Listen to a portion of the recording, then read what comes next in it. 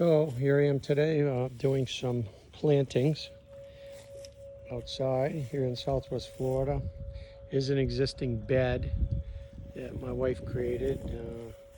We expanded it several times, bought all kinds of different variable plantings, and we're adding these tri-palms, one there, one there. I just took my edging tool, my Milwaukee battery-powered edging tool, and I'm cutting out a ridge all around over here. And then I'm going to remove the grass over here. I'm going to first loosen it up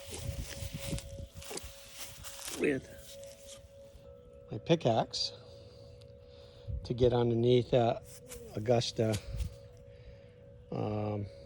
August grass, or whatever you call it. I'm from up north, so this grass is all not native to me, but native to Florida.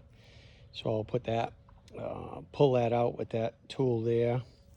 I'll use my either spade. I also have a straight edge, and I'll pull that grass out and create a expanded bed, and then I'll plant these in the ground. So I'm gonna get back to work. So anyways, you wanna, getting back to these, usually when you plant these, you're gonna pull these out of the bucket, drop the bucket out. You can scratch up the bottoms of the root ball. They're probably trying to punch through. You can see down here, some of the roots will start punching out through because they're just, they're trying to grow, and they have no place to go because they're stuck in this pot, and they won't be able to take off like they should. These are very slow growers as well. They're pretty nice though.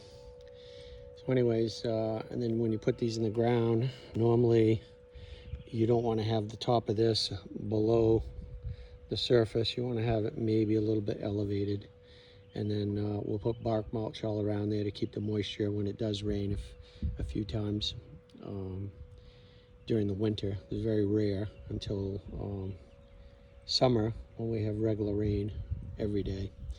So anyways, hopefully this comes in. These are my tools, edging tool, which works extremely well. Spade, and I've also got an edging tool to dig down in to make a nice cut. And said the pickaxe. That's it for now.